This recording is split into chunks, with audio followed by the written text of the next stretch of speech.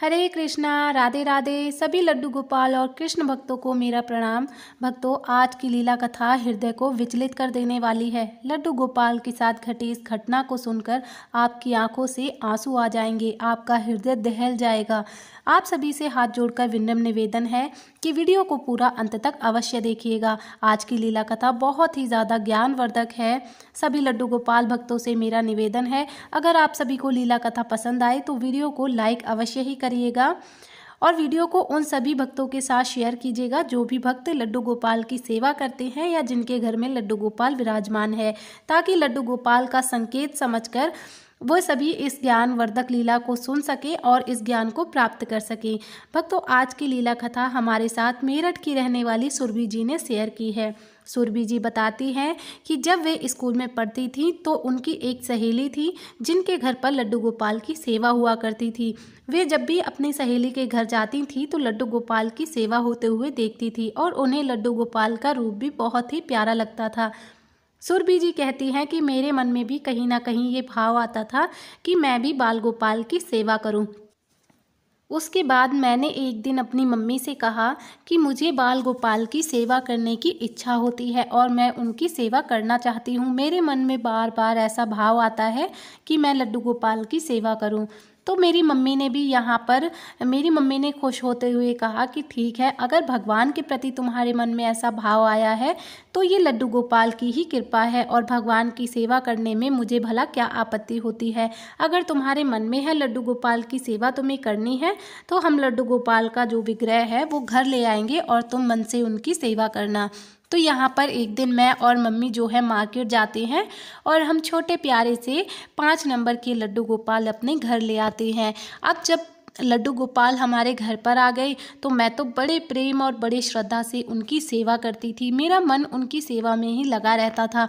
मैं जब सुबह स्कूल जाती थी तो मुझे लड्डू गोपाल की सेवा करनी है, ये सोचकर मैं जल्दी उठ जाया करती थी। जल्दी उठने के बाद मैं स्नान वगैरह करती थी और अपने लड्डू गोपाल को नाश्ता वगैरह कराकर उन्हें भोग लगाकर सुबह का उसके बाद ही स्कूल जाया करती थी। ये मेरा नित्य का नियम हो गया था। अब धीरे धीरे जैसे जैसे समय बीतता जा रहा था मेरा लड्डू गोपाल के प्रति प्रेम भी बढ़ता जा रहा था। उसके बाद सुरभि जी कहती हैं कि मैं कॉलेज में आ गई और जब मैं कॉलेज में आई तो मेरा कॉलेज का लास्ट ईयर था, वो मेरा कॉलेज भी पूरा होने वाला था और तभी जो है मेरे लिए रिश्ते आना शुरू हो गए। एक बार मेरी मौसीमा जो है मेरे लिए रिश्ता लेकर आई तो सभी लोग जो वो रिश्ता लेकर आई थी बहुत ही अच्छे थे। लड़के की भी सरकारी नौकरी थी और घर परिवार में भी किसी चीज़ की कमी नहीं थी। बहुत ही अच्छा रिश्ता था।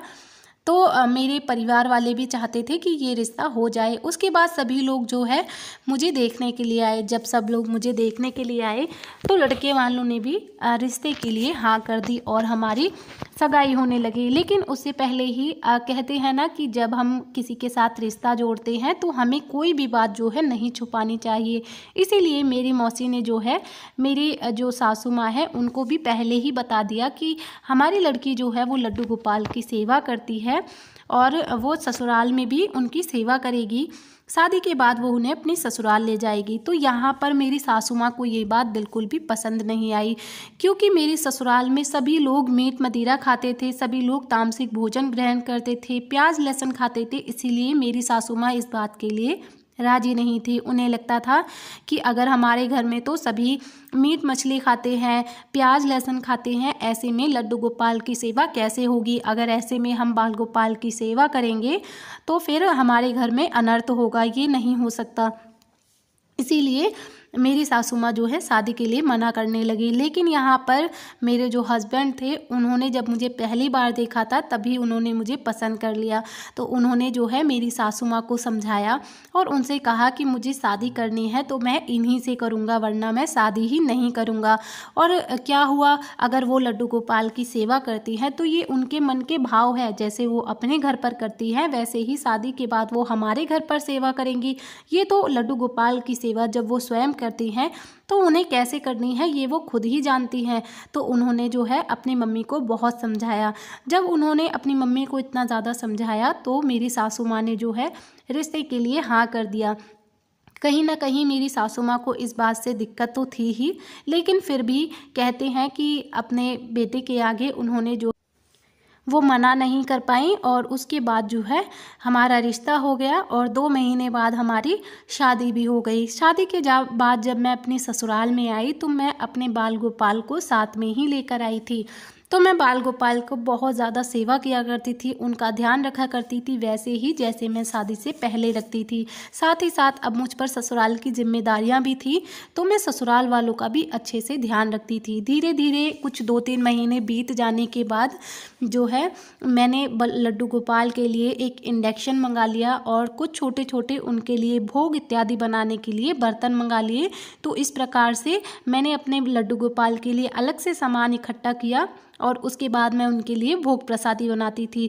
और क्योंकि मेरे घर में जो है मेरे ससुराल में सभी लोग मीट मदिरा खाते थे, प्याज लहसुन का भी खाते थे, तो मैं भी तामसिक भोजन ग्रहण नहीं करती थी, मैं भी सात्विक भोजन ही ग्रहण करती थी। तो मैं क्या करती थी, अपने लड्डू गोपाल और अपने लिए मैं अलग से भोजन बनाती थी और बाकी जो है मेरी सास ससुर, मेरे हस्बैंड और मेरी जो ननद थी उनके लिए मैं अलग भोजन बनाया करती थी। और कभी कभी ऐसा होता था कि जो मेरे घर में दाल चावल रोटी बन रहे हैं वो तो मैं खाया करती थी, लेकिन जो मीट मदिरा बनता था वो मैं नहीं खाती थी। तो इसलिए जब ऐसा कुछ बनता था तो मैं अपने लिए अलग से सब्जी वगैरह बनाया करती थी। तो इसी तरीके से चल रहा था, लेकिन मेरी सासू माँ को ये चीज़ बिल्कुल भी पसंद नहीं आती थी कि मैं अलग से लड्डू गोपाल के लिए भोग बनाती हूँ, फिर अलग से खाती हूँ और बाकी सबके लिए अलग से बनाती हूँ। और कभी अगर ऐसा होता था कि जब ससुराल में मैं काम कर रही हूँ, अगर मैं लड्डू गोपाल के लिए कोई काम कर रही हूँ, उनके लिए भोग इत्यादि बना रही हूँ और घर का कोई भी काम अगर नहीं हो पाया है, तो मेरी सासू माँ वहीं पर मुझे ताना मारती थी कि तुम तो लड्डू गोपाल की सेवा में इतनी लगन तुमने लगा रखी है कि तुम्हें घर के काम करने की फुर्सत ही नहीं है। तो वो इस तरह से मुझसे कहा करती थी। मुझे मन में थोड़ा सा बुरा तो लगता था, लेकिन मैं उस चीज़ को समझती थी और मैं जो है उनकी बातों को इग्नोर कर दिया करती थी कि बोलने दो, अगर ये बोलती हैं तो कोई बात नहीं, मुझे अपने लड्डू गोपाल की सेवा करनी है। और मुझे ऐसा लगता था कि कहीं ना कहीं उनके मन में भी कोई बात रह रही होगी, इसीलिए वो ऐसा बोलती हैं, तो मैं उनकी बातों पर ध्यान ही नहीं देती थी। धीरे धीरे इसी तरीके से समय बीत रहा था। उसके बाद जब क्या होता था कि जब मेरे पीरियड आते थे तो उन 3 दिनों में भी मेरे लड्डू गोपाल की जो सेवा है वो मेरी सासू माँ ही करती थी, क्योंकि यहाँ पर जो है उनको सेवा करना लड्डू गोपाल की पसंद नहीं था, लेकिन वो एक भगवान समझकर उनकी सेवा कर दिया करती थी। उनके मन में ऐसा कोई भाव नहीं था लड्डू गोपाल के लिए कि मुझे इनकी सेवा करनी, लेकिन हाँ उन्हें ये था कि ये भगवान है, अगर इनकी सेवा नहीं करेंगे, उनको ऐसे नहीं बिठा सकते तो हमें पाप लगेगा। तो बस यही सोचकर वे 2-3 दिन लड्डू गोपाल की सेवा कर दिया करती थी। लेकिन मानो ये 3 दिन मेरी सासू माँ को इतने बड़े लगते थे कि ना जाने ये 3 दिन कब बीतेंगे। मुझे लड्डू गोपाल के लिए सब कुछ अलग से बनाना पड़ता है, अलग से करना पड़ता है, और ये आफत ना जाने क्यों मेरे गले में पड़ गई। मैंने तो पहले ही अपने बेटे से मना किया था कि मत करो ये शादी। मैंने सोचा था कि जब घर में बहू आएगी तो साथ में बनाएंगे, साथ में खाएंगे, प्यार से रहेंगे, लेकिन देखो बहू भी आई तो ऐसी कि वो तो अलग ही बनाती है, अलग ही खाती है। तो इस तरह से मेरी सासू माँ हमेशा ही मुझे सुनाया करती थी। धीरे धीरे यहाँ पर लड्डू गोपाल की कृपा हुई और मैं गर्भवती हो गई। अभी तो मेरे पास लड्डू गोपाल की कृपा से एक बेटा और एक बेटी है। उसके बाद जब मैं गर्भवती हो गई तो मेरी जो तबीयत है वो थोड़ी ख़राब रहने लगी और मुझे लड्डू गोपाल की सेवा करने में थोड़ी सी परेशानी भी होती थी, लेकिन फिर भी मैंने लड्डू गोपाल की सेवा करना नहीं छोड़ा। मैं लगातार नित्य प्रतिदिन उनकी सेवा करती थी, मुझसे जैसे भी होती थी, पर मैं अपने बाल गोपाल की सेवा मैंने नहीं छोड़ी। मैं बाल गोपाल को अपने मायके में भी नहीं भेज सकती थी, क्योंकि वहाँ पर मेरी मम्मी की भी तबीयत कुछ ठीक नहीं रहती थी, तो वो तो घर का काम भी ठीक से नहीं कर पाती थी, तो इसलिए मैं वहाँ भी उनको नहीं भेज सकती थी। उसके बाद धीरे धीरे जो है मेरे डिलीवरी का टाइम आ गया और मुझे जो है पुत्र हुआ। और उसके बाद जो है हमारे यहाँ पर रिवाज होता है कि बच्चा होने के बाद जो है 21 दिनों तक जो है हमारे यहाँ पर घर का कोई भी काम जो है औरत नहीं करती है। कोई किसी भी सामान को छूना नहीं होता है, पूजा पाठ भी नहीं होता है, और ये सब तो लगभग सभी के यहाँ पर होता है, सिर्फ दिनों का फ़र्क होता है। किसी के यहाँ पर जल्दी बच्चे का नामकरण करा दिया जाता है और किसी के यहाँ पर ज़्यादा समय लगता है। तो हमारे यहाँ पर ये रिवाज है कि 21 दिनों के बाद ही नामकरण होता है, और उसके बाद ही जो है सारी चीज़ें जो है घर की चीज़ें हम लोग छू सकते हैं। उसके बाद मुझे इतनी ज़्यादा चिंता हो गई थी कि अब सासू माँ 21 दिनों तक लड्डू गोपाल की सेवा कैसे करेंगी। वो तो 3 दिन में भी मुझे इतना सुनाया करती थी, तो 21 दिन तो बहुत है। पता नहीं सासू माँ सेवा के लिए राजी भी होंगी या नहीं। लेकिन मेरी सासू माँ ने कहा कि तुम चिंता मत करो, सेवा तो करनी ही है। अब भगवान है तो उन्हें ऐसे भी नहीं रख सकते, मुझसे जैसे भी बनेगी मैं उनकी सेवा कर दूंगी। जब मेरी सासू माँ ने मुझसे ये कहा तो मैं बहुत ज़्यादा खुश हो गई, जैसे मेरे दिल से एक बोझ हल्का हो गया था कि मेरे बाल गोपाल की सेवा होगी तो अब उन्हें कोई कष्ट नहीं होगा। यहाँ पर मैं एक बात और कहना चाहूँगी कि मेरी जो सासू माँ थी, उन्हें इस बात से दिक्कत ज़रूर थी कि मैं लड्डू गोपाल की सेवा करती हूँ, उनके लिए सारे काम अलग से करती हूँ, लेकिन उन्होंने कभी भी मेरे लड्डू गोपाल के बारे में बुरा नहीं कहा या फिर उन्हें क्षति पहुँचाने के बारे में नहीं सोचा। और उसके बाद जो है मेरी सासू माँ लड्डू गोपाल की सेवा करने लगी। तो सुरभि जी बताती हैं कि ठंड का मौसम था, यही कुछ जनवरी का महीना था जब मेरा बेटा हुआ था। तो जनवरी के महीने में तो आप सभी को पता है कि कितनी ज़्यादा ठंड हो जाती है। तो जब मैं अपने बेटे को इस तरह से कपड़ों में अच्छी तरीके से दबा कर उसको रखती हूँ, तो मेरे मन में एक दिन भाव आया कि मेरे जो लड्डू गोपाल है उन्हें भी तो ठंड लगती होगी, पता नहीं मम्मी जी उन्हें कैसे स्नान करवाती होंगी। कहीं इतनी ठंड में मम्मी जी उन्हें ठंडे पानी से स्नान तो नहीं करवाती। तो सासू माँ को तो ये सारी चीज़ें नहीं पता होंगी, तो मैं एक बार उन्हें बता देती हूँ। तो मैं अपनी सासू माँ से कहती हूँ कि मम्मी जी आप लड्डू गोपाल को कैसे स्नान करवाती हो, गर्म पानी से या ठंडे से। तो मेरी सासू माँ ने कहा कि मैं तो ठंडे पानी से ही उन्हें स्नान करवाती हूँ। तो मैंने उनसे कहा कि मम्मी जी इतनी ठंड हो रही है, हम किसी बच्चे को तो क्या, हम खुद भी इतनी ठंड में ठंडे पानी से स्नान कहीं नहीं कर सकते, तो फिर लड्डू गोपाल इतने ठंडे पानी से अगर हम उन्हें स्नान करवाएंगे तो वो कैसे बर्दाश्त कर पाएंगे। आप उनके लिए जो है थोड़ा सा गर्म पानी कर लिया करिए और उससे उन्हें स्नान करवाइए। उसके बाद यहाँ पर मेरी सासू माँ ने चिढ़ते हुए कहा कि ठीक है, अब अगर तुमने ऑर्डर दे दिया है तो करना ही पड़ेगा, जब तुमने बता ही दिया है तो फिर करना तो पड़ेगा ही। जो मैं उन्हें ठंडे से स्नान करवाती थी तो मैं अब उन्हें गर्म से करवा दिया करूँगी। तो उसके बाद जो है मुझे बहुत ही अच्छा लगा कि सासू माँ ने मेरी बात सुनी और वो इस चीज़ के लिए राज़ी हो गई। मैं बहुत खुश थी, मेरे मन से बोझ उतर गया था कि मेरे लाला की सेवा हो रही है और उन्हें किसी प्रकार का कोई कष्ट नहीं हो रहा। ऐसे ही 4-5 दिन बीत गए। उसके बाद अगले दिन मेरे लड्डू गोपाल की छठी थी। जब मेरे लड्डू गोपाल की छठी अगले दिन होने वाली थी, तो उसी दिन रात को जो है मैं सो रही थी। और भक्तों, उसके बाद सुरभि जी यहाँ पर कहती हैं कि उस रात मेरे साथ एक ऐसी घटना घटी जिसे मैं अपने जीवन में कभी भी नहीं भूल सकती। उस रात मैंने देखा कि मैं स्वप्न में सोई हुई थी और एक छोटा सा बालक है जो कि मेरे सामने बैठा हुआ है, और वो इतना, उसका चेहरा जो है देखकर अगर कोई भी व्यक्ति उस बच्चे का चेहरा देख ले तो उसकी आंखों से आंसू अपने आप निकल जाए। और उसका शरीर इतना ज़्यादा लहूलुहान था, उसके पूरे शरीर पर जो है फफोले पड़े हुए थे, इतनी बुरी तरीके से उसका शरीर जो है जल रहा था। और ये दृश्य देखकर मेरा हृदय कांप गया। मैं अपने मन में सोचने लगी कि ये बालक कौन है, और इस बालक का मुख तो देखो कितना मासूम है, लेकिन ये बच्चा कितना कष्ट में है, कितना दर्द में है। आखिर ये बच्चा कौन है और इसके शरीर पर इतने फफोले क्यों हैं। मैं उस समय मेरे जो स्वप्न में जो थे, मैं स्वप्न देख रही थी, लेकिन मेरे जो आंसू है वो अपने आप ही निकल रहे थे। उस बच्चे को देखकर मेरा हृदय विदारक हुआ जा रहा था। मैं ये समझ ही नहीं पा रही थी कि ये बालक कौन है, और वो बालक इतनी नम्र दृष्टि से मेरी ओर देखे जा रहा था, इतनी आशाएं थी उसके मन में, और मैं ये समझ नहीं पा रही थी कि वो बालक कौन है। वो बालक बड़े ही प्रेम भाव के साथ मेरी तरफ देख रहा था, और मुझे उसके शरीर को देखकर मेरे मन में विचलितता हो रही थी कि ये बालक कौन है, ये कितने कष्ट में है, इसे कितना दर्द हो रहा होगा। लेकिन मैं उस बच्चे को जब छूने की कोशिश कर रही थी, उसके पास जाने की कोशिश कर रही थी, तो मैं उसे छू ही नहीं पा रही थी। मैं उसके बिल्कुल पास में थी, लेकिन मैं जब भी उस बच्चे को छू रही थी तो मैं उसे छू नहीं पा रही थी। मेरा मन था कि मैं उस बच्चे को अपनी गोद में उठा लूँ और उससे पूछूं कि वह कौन है और उसके साथ ये सब उसके शरीर पर क्या हो गया है, लेकिन मैं उसे अपनी गोद में नहीं उठा पा रही थी। ये सब देख करके मैं बहुत ज़ोर से रोने लगती हूँ, और जब मैं रोने लगती हूँ तो मेरी एकदम से नींद खुल जाती है, और जब मेरी नींद खुलती है तो वहाँ पर कोई भी नहीं होता। रात के लगभग 2 बज रहे थे। ऐसी घटना, ऐसे दृश्य को देखकर मेरा हृदय बहुत ज़्यादा कांप जाता है। मुझे समझ में ही नहीं आ रहा था कि मुझे ऐसा सपना कैसे आया, और वह बालक कौन था, वह बालक कितने कष्ट में था। उसके बाद से तो मुझे नींद ही नहीं आई। मैं पूरी रात बस यही सोचती रही। उसके बाद भक्तों सुरभि जी बताती हैं कि मुझे पूरी रात यही सोचने में निकल गया, और उसके बाद सुबह हुई। सुबह अगले दिन मेरे बेटे की छठी थी, तो सुबह सब कुछ पूजा पाठ करने के बाद जो है, उसके बाद हमारे यहाँ पर ये नियम है कि छठी हो जाने के बाद हम अपने घर में जो है निकल सकते हैं। घर की जो है कोई चीज़ें हम छू नहीं सकते, लेकिन घर में हम इधर उधर जा सकते हैं। ये नियम हमारे यहाँ पर है।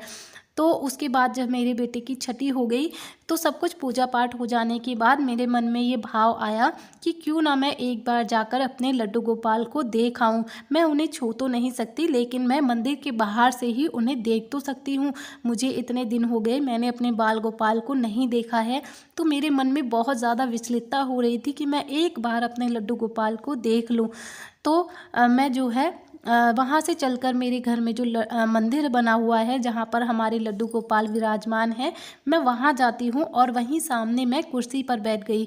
जब मैं वहाँ पर बैठी हुई थी, तभी मैं अपने लड्डू गोपाल को बहुत ही प्रेम से देख रही थी, क्योंकि इतने दिनों बाद मैंने अपने बाल गोपाल को देखा था, तो मेरी आंखें ही नहीं उठ रही थी उनसे। मुझे बहुत ही शांति मिल रही थी मेरे मन को लड्डू गोपाल को देखने के बाद। उसके बाद मैं वहीं पर बैठी बैठी लड्डू गोपाल को देख ही रही थी कि तभी जो है मेरी सासू माँ आती हैं, और वे बाल गोपाल के लिए गर्म पानी जो है नहाने के लिए लेकर आती है, और उन्हें जो है स्नान करवाने लगती हैं। जब वे उन्हें स्नान करवा रही थी, जैसे ही उन्होंने वो पानी लड्डू गोपाल के ऊपर डाला, उस पानी में से इतना ज़्यादा धुआं निकल रहा था, वो पानी इतना ज़्यादा गर्म था कि देख करके मेरी तो आंखें ही फटी की फटी रह गई, मेरे रोंगटे खड़े हो गए। मैं ये सोचने लगी कि ये सासू माँ ने क्या कर दिया। मैंने चिल्लाते हुए अपनी सासू माँ से कहा, सासू माँ आपने ये क्या कर दिया, लड्डू गोपाल के ऊपर आपने इतना गर्म पानी डाल दिया, ये आप क्या कर रही हो। मेरी सासू माँ भी 1 मिनट के लिए डर गई, और वे मुझसे कहने लगी, क्या हुआ बहू, तुमने ही तो बोला था कि लड्डू गोपाल को गर्म पानी से स्नान करवाना है, इसीलिए मैं उन्हें गर्म पानी से स्नान करवा रही हूँ। मैंने उनसे कहा, मम्मी जी आप लड्डू गोपाल के ऊपर ठंडा पानी डालिए उनके ऊपर ठंडा, उनका शरीर कितनी ज़ोर से जल रहा है। उसके बाद मैंने अपनी सासू माँ से कहकर लड्डू गोपाल के शरीर पर चंदन का लेप लगवाया, उन्हें चंदन लगवाया, इत्र लगवाया। मेरा हृदय उस वक्त बहुत ज़्यादा कांप रहा था, मैं बता नहीं सकती। उस घटना को, उस दृश्य को देखकर मुझे अपनी रात वाली घटना याद आने लगी। मुझे स्वतः ही समझ में आ गया था कि वह जो बालक था वह मेरे लड्डू गोपाल थे। क्या इतने दिनों से मेरी सासू माँ रोज़ मेरे लड्डू गोपाल को इसी प्रकार उबलते हुए पानी से स्नान करवाती थी? क्या ये रोज़ ऐसे ही करती थी, इसीलिए उस बालक का शरीर पर इतने फफोले पड़े हुए थे? वह बालक और कोई नहीं था, वह बालक मेरे लड्डू गोपाल थे, इसीलिए वह मेरी ओर ऐसी नम्र दृष्टि से देख रहे थे।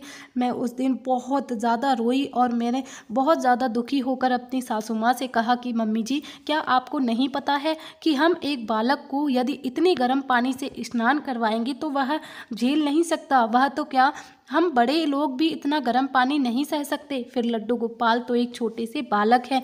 मैंने आपको गर्म पानी से नहलाने के लिए अवश्य ही कहा था, लेकिन इतना तो आपको पता होना ही चाहिए कि नहाने के लिए हम एक बच्चे के लिए किस तरह का पानी गर्म करते हैं। आप तो इतना गर्म पानी करके आपने सीधा ही मेरे बाल गोपाल पर डाल दिया। मेरे बाल गोपाल कितना जल रहे होंगे, उन्हें कितना कष्ट हो रहा है होगा।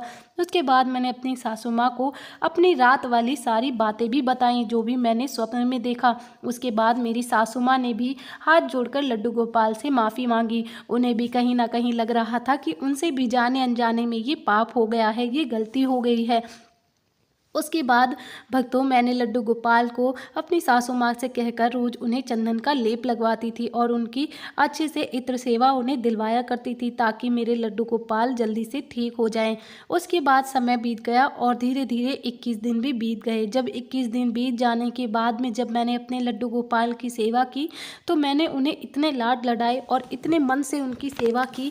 मैं उन्हें प्रतिदिन चंदन का लेप लगाती थी, इत्र सेवा देती थी, उन्हें ठंडी चीज़ें देती थी ताकि मेरे बाल गोपाल को जो कष्ट हुआ है, जो उनके शरीर पर जो फफोले पड़े थे, वो जल्दी ही ठीक हो जाएं। और मैंने बहुत मन से अपने लड्डू गोपाल की सेवा की। जब 2 महीने बीत गए उसके बाद मैंने एक दिन अपने लड्डू गोपाल से कहा कि हे लड्डू गोपाल, अगर आप ठीक हो गए हो, अगर आपको अब कोई भी कष्ट नहीं है, तो आपने जैसे मुझे कष्ट में अपने होने की अनुभूति करवाई थी, वैसे ही यदि आप ठीक हो गए हो तो मुझे आप होने का अनुभव करवाइए। मुझे ये अनुभव करवाइए कि अब आपको कोई कष्ट नहीं है और अब आप खुश हैं और आप बिल्कुल ठीक हैं।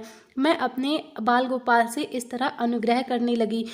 तो उसी दिन मैं देखती हूँ कि जब मैंने अपने बाल गोपाल को दोपहर में भोग लगाया, तो जब मैं उन्हें भोग लगा रही थी तभी मैं देखती हूँ कि मेरे बाल गोपाल के चेहरे पर एक अद्भुत मुस्कान थी। उस मुस्कान को देखकर मेरे हृदय में एकदम शांति विराजक हो रही थी। मैं इतनी ज़्यादा खुश हो रही थी, मतलब मेरे जो लड्डू गोपाल का मुख है वो इतनी ज़्यादा प्रसन्नता से भरा हुआ था कि मैं देखकर बहुत ही ज़्यादा खुश हो रही थी। और वो रूप इतना मनमोहक था कि मैं समझ ही नहीं पा रही थी कि जिन लड्डू गोपाल की मैं रोज़ सेवा करती हूँ क्या ये वही लड्डू गोपाल है। उसके बाद मैंने अपनी आंखों को मलकर दोबारा देखा तो दोबारा से मुझे लड्डू गोपाल के मुख पर वो मुस्कान दिखाई दी और मैं मन ही मन सोचने लगी कि क्या सच में मेरे लड्डू गोपाल मुस्कुराकर मुझसे बातें कर रहे हैं, क्या वो सच में मुझे मुस्कुराकर ये संकेत दे रहे हैं कि अब वो प्रसन्न है, वो ठीक है। उसके बाद मैंने फिर से अपनी आंखों को मलकर देखा और उसके बाद फिर से मेरे लड्डू गोपाल उसी मुद्रा में स्वतः आ गए। तो यहाँ पर सुरभि जी बताती हैं कि ये मेरे मन के भाव थे जब मैं अपने बाल गोपाल की सेवा करने के लायक नहीं थी, लेकिन फिर भी मेरे लड्डू गोपाल जानते थे कि ये मेरी मजबूरी है और कहीं ना कहीं मन में मुझे उनकी सेवा करने का भाव तो आता ही है। लेकिन जब वो कष्ट में थे तो उन्होंने स्वतः ही मुझे दर्शन दिए और वे मुझसे यही चाहते थे कि देखो मैं उनकी सेवा नहीं कर पा रही हूँ तो फिर मुझे कितना कष्ट हो रहा है। और जब उन्हें ये भी जानते थे कि जब मैंने उनकी सेवा की तो मैंने पूरे मन से उनकी सेवा की है और अब मुझे कोई कष्ट नहीं है, लेकिन वो ये जानते थे कि मेरी जो भक्त है वो मेरी वजह से परेशान है और इसीलिए उन्होंने मेरे कहने पर फिर से मुझे प्रसन्न मुख के साथ दर्शन दिए। तो यहाँ पर भक्तों मैं भी आप सभी से एक बात कहना चाहूँगी कि देखिए जैसी जैसी क्रियाएं हम अपने प्रभु के साथ करते हैं, जैसा हम उनके साथ रिश्ता बनाते हैं ना, वैसी ही क्रियाएं हमारे बाल गोपाल भी हमारे साथ करते हैं। यदि हम उनके दुख में उनसे दुखी होते हैं, हम सदैव ही हमारे मन में उनका चिंतन होता है, हमें हर वक्त ये ख्याल होता है कि हमारे लड्डू गोपाल को कहीं कोई कष्ट ना हो रहा हो, कहीं कोई परेशानी ना हो रही हो, हम हमेशा ही अपने बाल गोपाल के बारे में सोचते हैं, तो हमारे बाल गोपाल भी हमारे अधीन हो जाते हैं और उन्हें भी हमेशा ये ख्याल रहता है कि कहीं मेरी वजह से मेरा भक्त परेशान तो नहीं है, उसे कोई कष्ट तो नहीं है। लड्डू गोपाल भी स्वयं अपने भक्त का ध्यान रखते हैं, इसमें कोई संदेह नहीं है। सिर्फ हमारे मन के भाव और हमारी भक्ति जो है सच्ची होनी चाहिए, तो हमें कभी भी कुछ भी मांगने की उनसे आवश्यकता नहीं होती। बिन मांगे हमारे लड्डू गोपाल हमारे प्रभु हमें बहुत कुछ देते हैं। यहाँ पर सुरभि जी कहती हैं उसके बाद जो है धीरे धीरे मेरी सासू माँ को भी उन पर पुनःतः विश्वास होने लगा और जब उन्होंने मेरी ये सब जो घटनाएं हमारे साथ घटे इन सब के बारे में उन्होंने सुना और देखा तो उन्हें भी लड्डू गोपाल से प्रेम होने लगा, उनकी लीलाओं से प्रेम होने लगा और धीरे धीरे उन्होंने भी जो है तामसिक भोजन खाना छोड़ दिया। अब मैं और मेरी सासू माँ मिल करके लड्डू गोपाल की सेवा किया करते हैं। आज बाल गोपाल की कृपा से मुझे एक बेटा और एक बेटी है और मेरी सासू माँ और मैं मिलकर लड्डू गोपाल की सेवा करते हैं। और मैं लड्डू गोपाल से बस एक ही विनती करती हूँ कि मेरे ससुर जी और मेरे जो पति हैं उनको भी आप सद्बुद्धि दीजिए, वो भी जल्दी से ये तामसिक भोजन खाना छोड़ दें और आपकी सेवा में लग जाएं, बस यही उनसे विनती है। तो भक्तों आज की लीला कथा आप सभी को कैसी लगी कमेंट करके आप सभी अवश्य ही बताइएगा, मुझे आपके कमेंट का इंतज़ार रहता है। और सभी भक्त जो है ऐसी गलती आप कभी भी मत करना, क्योंकि जब भी हम लड्डू गोपाल को स्नान करवाते हैं तो देखिए हम उन्हें मौसम के हिसाब से स्नान करवाते हैं। जब गर्मियाँ होती हैं तो हम ठंडक पहुंचाने के लिए उन्हें ठंडे पानी से स्नान करवाते हैं और उनके शरीर को ठंडक पहुंचे, इसीलिए हम उन्हें चंदन वगैरह का लेप करते हैं, इत्र इत्यादि का जो है उन्हें लगाते हैं और ठंडी ठंडी वस्तुएं उन्हें भोग में देते हैं, ताकि हमारे लड्डू गोपाल को गर्मी ना लगे।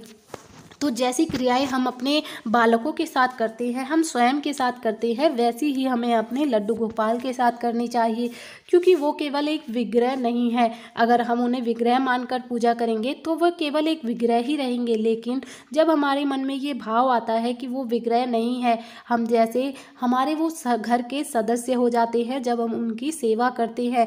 जैसे हमारे घर में सभी सदस्य हैं और हम उनकी ज़रूरतों का ख्याल रखते हैं, वैसे ही लड्डू गोपाल भी हमारे घर के सदस्य हैं और उनकी ज़रूरतों का ख्याल रखना हमारी पूर्णतः जिम्मेदारी है। और ये हमारे मन में हमेशा ही ये भाव होना चाहिए कि हमारे बाल गोपाल को कोई भी कमी ना हो। इसी प्रकार से जब सर्दियाँ शुरू होती है तो हमें बाल गोपाल को गुनगुने पानी से, या फिर जब बहुत ज़्यादा ठंड होती है तो हमें, जब भी हम उनके नहाने के लिए पानी गर्म करते हैं तो उस पानी को पहले हमें अपने हाथ पर डालकर देखना चाहिए कि क्या हम उस पानी को बर्दाश्त कर पा रहे हैं और वो पानी कितना गर्म है। यदि हम उसे अपने हाथ पर बर्दाश्त कर सकते हैं तब ही हमें उस पानी से लड्डू गोपाल को स्नान करवाना चाहिए। तो भक्तों, आज की लीला कथा के माध्यम से लड्डू गोपाल का संकेत समझकर जो है आप इस लीला को जो है सुन पाए और इस लीला को, इस जानकारी को अपनी पूजा में अवश्य ही अपनाइएगा, क्योंकि ये बाल गोपाल की ही कृपा है कि आज जो भी भक्त इस वीडियो को देख रहे हैं तो लड्डू गोपाल उन सभी का मार्गदर्शन करना चाहते थे, इसीलिए ये जो लीला कथा है वो आप सभी तक पहुँची है। तो भक्तों, जल्दी ही मिलेंगे अगले वीडियो में एक नई लीला कथा के साथ। तब तक आप सभी अपना ध्यान रखिए। राधे राधे।